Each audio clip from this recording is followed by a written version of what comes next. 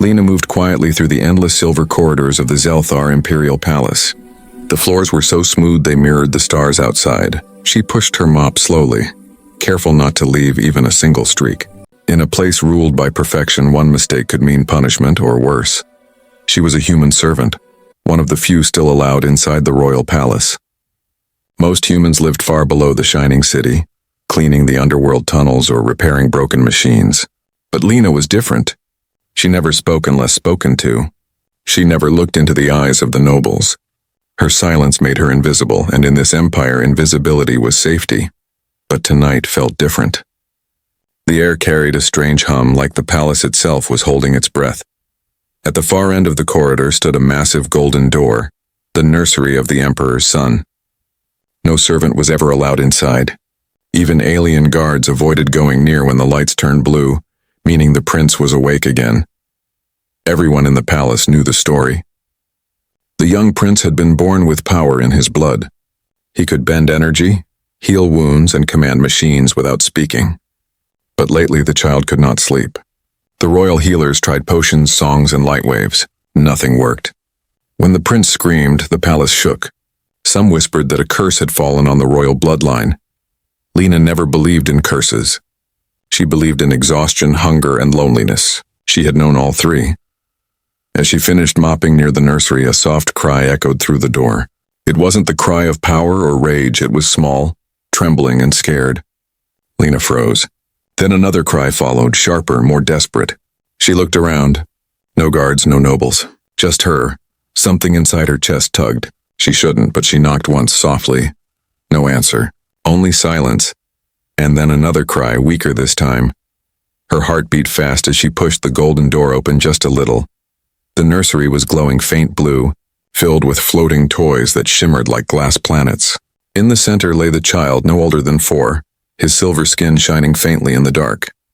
His eyes were open, filled with tears that glowed like stars. Around him, machines buzzed and hummed, trying to soothe him. None worked. When Lina stepped closer, the machines flickered and went silent. The boy looked at her. His voice was soft, broken by sobs. "Cold," he whispered. So cold, she hesitated. Her hands were shaking. "I'm not supposed to be here," she said softly. But the boy reached out, tiny hands trembling. "Please." She dropped her mop. Slowly, carefully, she knelt beside him and wrapped her arms around his small body. His skin was warm, softer than she imagined. The moment her hands touched him, the room changed. The floating toys stopped spinning. The lights dimmed into calm gold. The boy's glowing eyes closed, and he sighed, peaceful, like a baby falling asleep for the first time. Within seconds, his breathing slowed. He was asleep. Lina didn't move. She just sat there, holding the alien prince, listening to his quiet breaths. She could feel his heartbeat, steady, strong, alive. For the first time in weeks, the palace was silent. Then the door burst open. Guards in silver armor stormed in, aiming their weapons. Behind them, the royal nanny gasped in horror. "What have you done, human?" she shouted. "You touched the air." Lina tried to explain, but the words stuck in her throat. The prince stirred, opening his eyes just enough to whisper one word. "Stay." The guards froze. The child's glowing hand clung to her sleeve, refusing to let go. The nanny looked terrified. He's never done that before." Moments later, alarms blared through the palace. Voices echoed through the halls. "The Emperor wants the human girl brought to him immediately." Lina held her breath. She looked down at the sleeping child in her arms. His face was calm, peaceful, but deep inside she knew nothing would ever be the same again, because tonight, the Emperor's cursed son had chosen her, and the galaxy's most feared empire was about to ask, why does the alien prince only sleep in the arms of a human? The sound of heavy footsteps echoed down the silver corridor as the guards dragged Lina toward the throne chamber. Her wrists were bound with glowing cuffs that pulsed with faint blue light. Around her, alien soldiers whispered in their strange tongue. Some looked at her with disgust, others with fear. A human had entered the royal nursery. A human had touched the Emperor's son. It was an unthinkable crime. But even as she was pushed forward, Lina's thoughts stayed with the child. The image of his glowing eyes closing in peace lingered in her mind. He had called her stay. His tiny hand had clutched her sleeve like it was life itself. She didn't understand why, but she could still feel warmth where his fingers had touched her. The grand doors opened with a thunderous hum. Inside, the imperial throne room glowed with gold and blue fire. Giant banners of alien script hung from the ceiling, each shimmering like liquid metal. At the end of the hall sat the Emperor of Zelthar, tall, imposing, skin the color of storm clouds, his eyes burning silver white. Around him stood council members and generals, silent as statues. The guards forced Lina to her knees. The Emperor's voice boomed through the chamber. "Human," he said, each word sharp as a blade. "You entered the sacred nursery without permission. You touched royal blood. Explain yourself before I erase your existence." Lina's voice trembled. "Your Majesty, the child." He was crying. "No one came. I thought." "You thought?" The Emperor's eyes flashed brighter. "You thought you could defy the law?" A tense silence followed. Every alien in the room glared at her as if she had polluted the air. But then, a small sound broke through the tension. A soft cry, weak, frightened, echoed from behind the throne. The Emperor turned sharply. The golden doors behind him opened again, and the royal nanny entered, carrying the prince. The boy's silver skin glowed faintly as he tossed in her arms. Restless, unhappy. "Majesty," the nanny said quickly. "Since the human was taken away, the young one hasn't slept again. His energy is unstable. He cries for her." The council members exchanged uneasy looks. The Emperor frowned. "Impossible." But when the nanny placed the boy down, the child pointed straight at Lina. "Her," he whispered hoarsely. "Want her?" The air changed. The boy's body started glowing again, this time brighter, painful to look at. The ground shook beneath their feet. Crystals on the ceiling cracked. Guards raised their weapons in panic. "Contain him," one shouted. The Emperor's eyes widened. He stepped forward, his booming voice now filled with urgency. "Stop, don't harm him." Lina's instincts took over. Ignoring the guards, she rushed toward the boy. The moment she reached him, his glow faded. The tremors stopped. He sighed softly, and once again, fell asleep in her arms. The entire throne room fell silent. The Emperor stared at the human woman, this fragile creature from a dying planet, holding his powerful heir like a mother would hold her child. He had seen healers fail. He had seen scientists plead. Yet this silent girl had done what none of his empire could. The High Council broke into whispers. "She is dangerous. She must be studied. She must be destroyed before she corrupts the air." But the Emperor lifted his hand. "Enough." His gaze softened for just a moment as he looked at his son's calm face. Then he turned to Lina. "From this moment," he declared, "the human servant known as Lina will remain by the prince's side. No one touches her. No one questions her. She is under royal protection." Gasps filled the chamber. The councillors protested, but the Emperor's voice silenced them all. "If the heir sleeps, the empire survives. Let no one interfere." Lina bowed her head, stunned, tears gathering in her eyes. She had come to clean floors. Now she was bound to the most powerful child in the galaxy. As the guards removed her cuffs, she looked up at the Emperor, unsure whether to feel gratitude or fear. But in his cold alien eyes, she saw something she didn't expect. Not hatred, not suspicion, but curiosity. And in that silent exchange, one truth became clear. This was no longer just about a sleepless child. It was the beginning of something the Empire had never seen, the bond between human warmth and alien power. Days turned into weeks, and the palace changed in quiet, invisible ways. The cries that once shook the golden halls were now gone. The Emperor's son, known across the Empire as Prince Aerith, finally slept through the nights. And the reason was always the same. Lina, the human cleaner who had become his caretaker. Each evening, she sat beside his glowing cradle, humming soft earth lullabies. The boy's silver eyes would close, his breathing calm, and the room would fill with warmth instead of light. The alien nurses watched in disbelief. Even the Emperor sometimes stood at the door unseen, listening. But peace never lasts long inside a palace built on pride. Behind the grand walls, whispers began to grow. "She's only human," muttered the high maidens. "A low creature controlling royal blood," hissed the generals.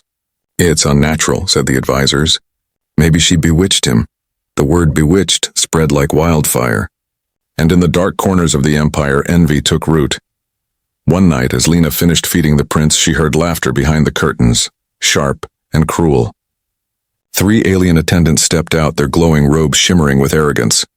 "So," said the tallest one, his silver eyes narrowing, "the mighty Emperor's heir sleeps in your arms. A janitor from Earth." Lina stood quietly, holding her mop like a shield. "I only care for him." "Nothing more," the aliens laughed. "Nothing more? You think we don't see how the Emperor protects you? He dismissed a whole research team for you, human." Another one sneered. "Maybe you use some trick, some scent, some poison.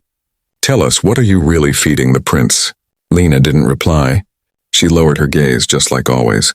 But her silence made them angrier. "Answer," the tall one shouted, stepping closer. "You dare act superior in front of us?" Before he could strike her, the air shimmered with pale blue light. The cradle began to hum.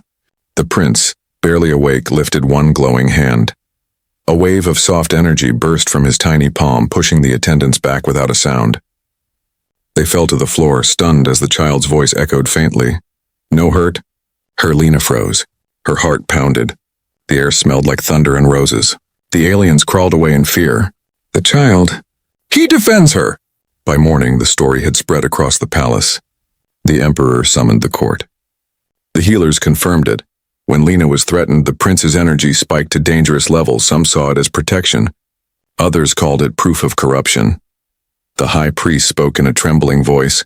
"Majesty, the bond between human and heir is unnatural. It violates the sacred laws of purity." The Emperor's face was unreadable. "You'd rather he die sleepless?" "No," whispered the priest. "But what if she controls him? What if she makes him love her too much?" Lina listened from behind the door, her heart heavy. She never wanted this power. She only wanted the boy safe. But the more she cared for him, the more fear grew around her. That night, when everyone was gone, Lina sat by Aerith's bed, brushing his hair gently. The stars outside glowed against the palace windows. He opened his sleepy eyes. "You sad?" he murmured in his tiny musical voice. She smiled faintly. "I'm fine." "Lie," he said softly, and his little hand touched her cheek. His touch was warm, almost human. "They scare you," tears filled her eyes. "Don't worry about me, little one. Just sleep," he smiled faintly. "You safe." "I promise." Moments later, he drifted to sleep. But Lina couldn't shake his words. "You safe, I promise." How could a child promise such a thing? Unless he already knew danger was coming. Outside, deep in the shadowed corridors, 2 alien figures whispered beneath the flickering lights. "She has to be removed," one said coldly. "If the Emperor won't do it, we will." The other nodded, eyes burning with hate. "By the next moon, the human will vanish, and no one will ever know." Morning light filtered through the crystal walls of the royal nursery, scattering rainbow colors across the room. The soft hum of machines mixed with the gentle rhythm of Lina's lullaby. Prince Aerith sat on her lap, quietly stacking floating cubes in the air with his mind. Every time he smiled, the cubes glowed brighter. Lina watched, amazed. "You're getting stronger every day," she said softly. The boy giggled, his voice musical. "Because you make me warm." Her heart ached at his innocence. He didn't understand what that warmth meant, but the scientist did. Every time Lina touched him, his energy stabilized. Every time she cried, his powers surged. The alien healers called it the resonance, a mysterious reaction between human emotion and alien energy. The Emperor ordered that no one disturb them during the sessions, but curiosity spread like wildfire. Through the transparent walls, hidden eyes watched every move she made. In the palace laboratories, the high scholars argued endlessly. "It's impossible," said one. "Human biology cannot channel energy." "Then explain her," snapped another. "When the child's energy flares, her heartbeat matches his. She's a danger. Her emotion could corrupt the royal line." The Emperor, silent as always, listened from his throne. His gaze lingered on the image of Lina holding his son. Calm, kind, utterly human. "Maybe," he said slowly, "it's not corruption, but balance." His words shocked the council, but deep down he knew the truth. For the first time in generations, the power of the royal bloodline wasn't growing from control. It was growing from compassion. That night, Lina awoke from a dream. She was standing on a burning field, Earth years ago during the human-Zelthar War. Explosions painted the sky red. She saw herself as a child, clutching her mother's hand, running from alien fire. Then in the smoke a silver glow appeared, a small alien boy reaching out to her.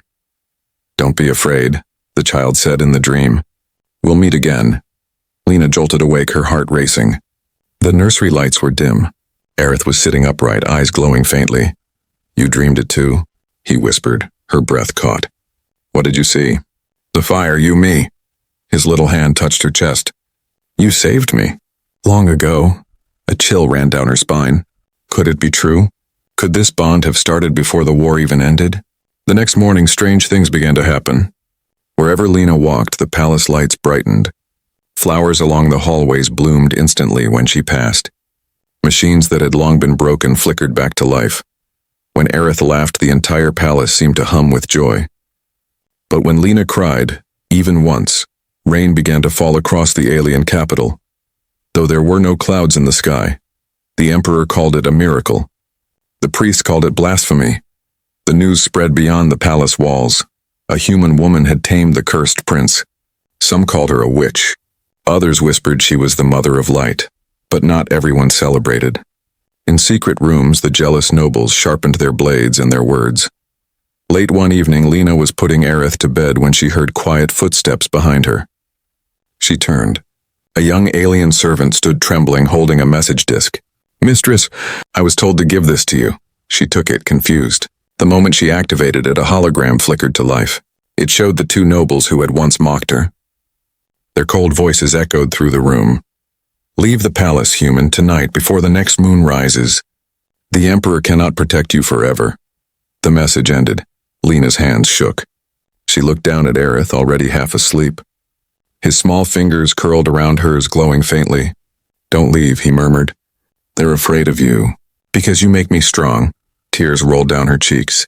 She whispered, "I'm not strong, Aerith. I'm just human." But as she spoke, a faint golden light spread from her hand into his, and the air shimmered like a heartbeat shared between two souls. The bond pulsed once, twice, then faded. Somewhere far away, the emperor looked up from his throne, startled. He had felt it too. The surge of power so pure it made the palace tremble. Whatever connected Lina and his son was no longer just emotional. It was cosmic, and the empire would never be the same again. The palace slept under a quiet sky of twin moons, but peace in the Zelthar Empire never lasted long.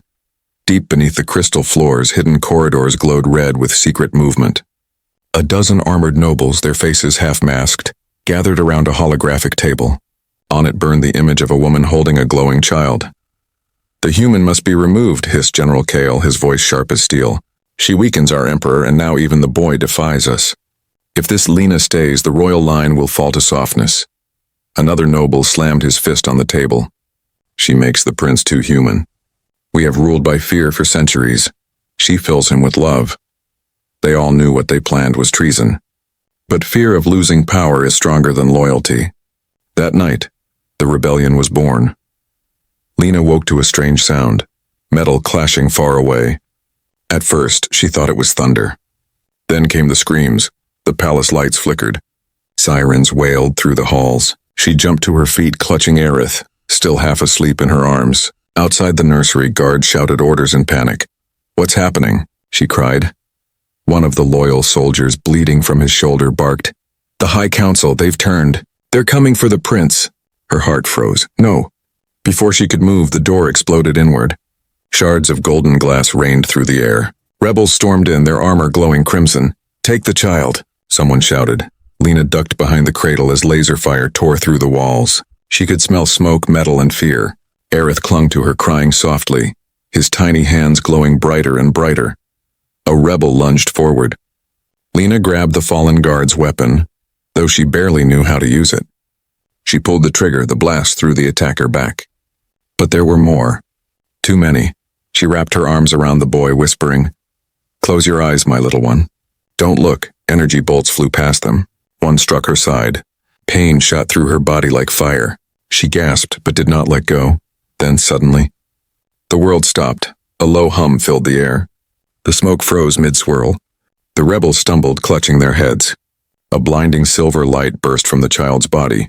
Aerith's eyes were open now, completely white, glowing like small suns. His voice, calm and ancient, echoed through the chaos. No more hurting. Waves of light rippled from him. Walls repaired themselves. The fire vanished. Every rebel weapon melted in their hands. Those who still stood fell to their knees, trembling, their minds flooded with peace and guilt.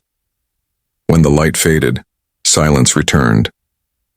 Lina collapsed to her knees, breathing hard. Her wound was gone. She looked down. The prince was smiling, his glow fading to a soft warmth. He had healed her. Moments later, the emperor arrived with his royal guard. He stopped at the door, stunned by the scene. Rebels unconscious. Palace intact, his son asleep again in the arms of a trembling human woman. What happened here? One guard whispered. Lina looked up weakly.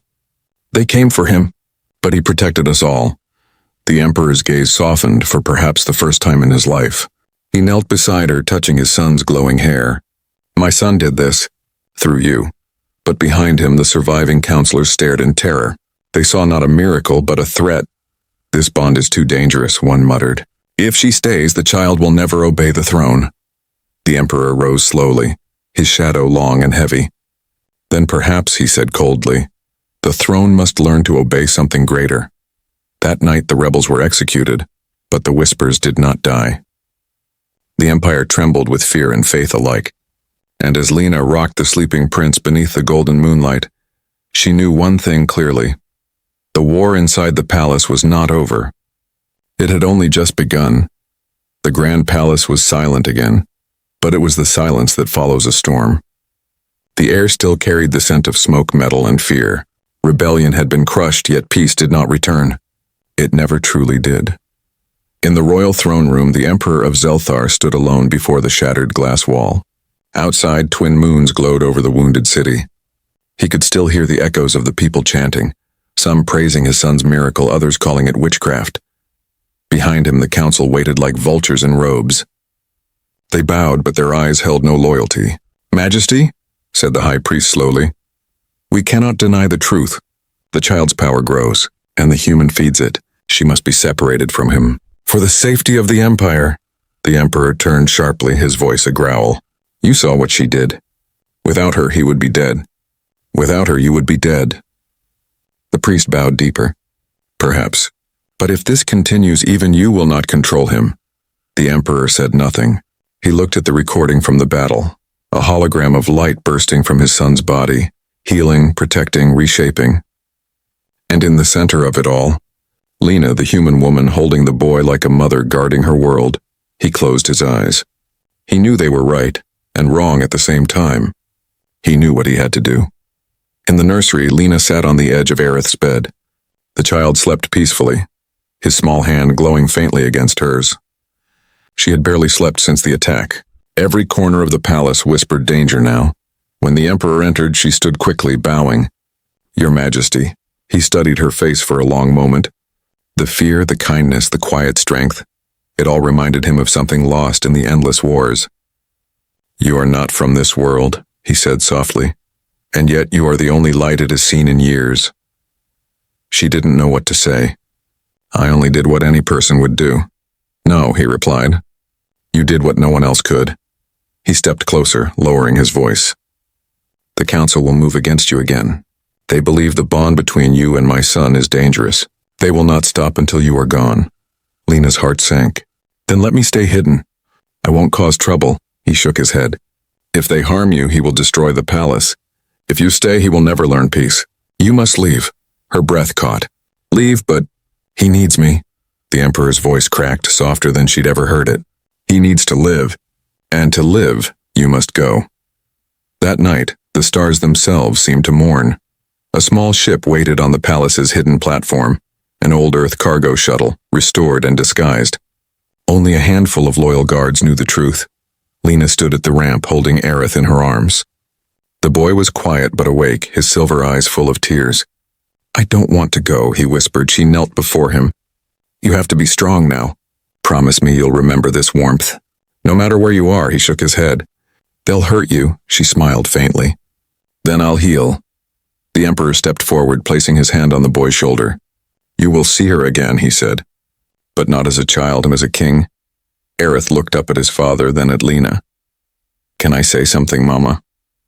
The word Mama pierced through her heart. She nodded. He placed his glowing hand on her cheek. Don't cry. I'll find you. The stars will tell me where you are. Tears streamed down her face as she kissed his forehead. Then I'll wait by the stars. The Emperor turned away, unable to watch as the ramp closed.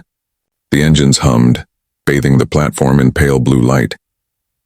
As the ship rose, Aerith reached out one last time through the window, pressing his tiny hand to the glass. Lina pressed hers back, and for one heartbeat, just one, the entire sky pulsed gold. The Emperor whispered to himself, "A bond that defies empires." Then the ship vanished into the dark, leaving only silence and a single tear glimmering on the Emperor's armor. Years passed. Worlds rose and fell. And across the galaxy, a single story lived on. The story of a human woman and the alien prince who could only sleep in her arms. Lina's small ship drifted through space for years, quietly visiting uncharted worlds. She hid from the Empire's patrols, living simply, healing strangers wherever she went. Her hands, once meant for mopping floors, now touched lives. Everywhere she went, life bloomed. Plants grew faster, sick creatures recovered, and machines that had long been dead came alive again. The locals began calling her the Light Bearer, but in every quiet moment she still looked to the stars and whispered one name. Aerith. She never stopped hoping, never stopped believing that one day he would find her. Far away, on the throne world of Zelthar, the boy she had saved was no longer a child. Prince Aerith had grown into a tall, calm ruler. His silver eyes carried both wisdom and sadness, and deep inside them, a faint human warmth. He remembered every word she had ever said.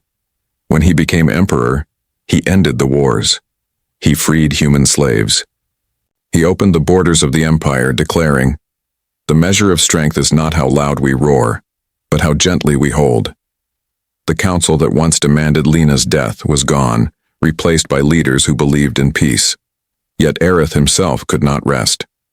Every night he saw her in dreams, standing under a sky of gold, smiling softly. Every morning he awoke whispering, "Mama." One fateful day, an explorer ship returned from the outer rim. The captain, nervous and trembling, bowed before the throne. "Majesty," he said, "we found something, or someone." The report described a small planet rich in life, untouched by technology. At its center, a human woman with strange powers healed the sick and spoke of peace between worlds. She looked unchanged. Aerith rose from the throne. His voice shook. "Prepare my ship." The journey was long, but the moment he stepped onto that green world, the air itself shimmered with familiar warmth. He followed a trail of glowing flowers to a quiet valley where a small cottage stood among alien trees. Outside, a woman was kneeling beside a sick creature, her hands glowing faint gold. Her hair had silver streaks now. Her eyes were tired but kind. When she turned, time itself seemed to pause. She looked at him as if she had always been waiting. "You found me," she whispered. He stepped closer, his voice breaking. "I promised I would." Lina's eyes filled with tears. "You've grown." Aerith smiled faintly. "Because you taught me how." They stood there for a moment. No words, no sound, only the wind whispering through the alien leaves. Then without hesitation he knelt and placed his forehead against her hands. "I have rebuilt the empire," he said softly. "Not with power, with mercy. Because of you." Lina's voice trembled. "You always had mercy inside you, my son. You just needed someone to remind you." That evening, under the twin moons, the people of the planet gathered as light filled the sky. The Emperor stood beside the human woman as they spoke to every corner of the galaxy. "No species," Aerith declared, "is above another. The universe thrives on connection, not domination. Let every child, human or alien, sleep without fear." When the transmission ended, millions wept, and the stars themselves seemed to shine brighter that night. Years later, when Lina finally passed away peacefully in her sleep, the Emperor carried her body back to Zelthar himself. He built a monument at the palace gates, a statue of a woman holding a child wrapped in light. At its base, engraved in 2 languages, were the words, "She was just mopping floors, until she taught an empire what love means." And so the legend spread of the human mother who changed the fate of stars. Her kindness outlived empires. Her name became a prayer whispered across galaxies, because sometimes it only takes one quiet human heart to teach the universe how to feel again. Moral: kindness is not weakness. It is the strongest force in any world.